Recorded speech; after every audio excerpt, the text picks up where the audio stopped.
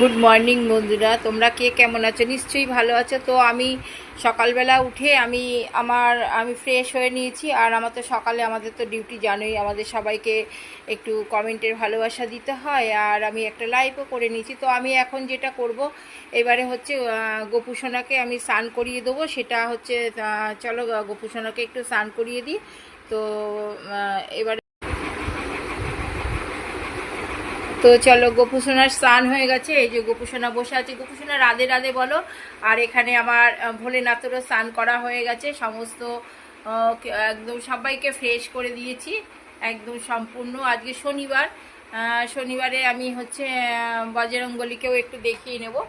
আর তারা কি কি সাজগোজ করে সেটাকেও আমি তোমাদের সঙ্গে শেয়ার করব। তো তোমাদের কেমন লাগে আমার ভিডিও সেটা বলবে। তো চলো, এবারে হচ্ছে আমি আমার সবার ঠাকুরের সাজগোজের জিনিসটাকেও আমি সাজিয়ে মানে গুছিয়ে নেব, তোমাদের শেয়ার করব।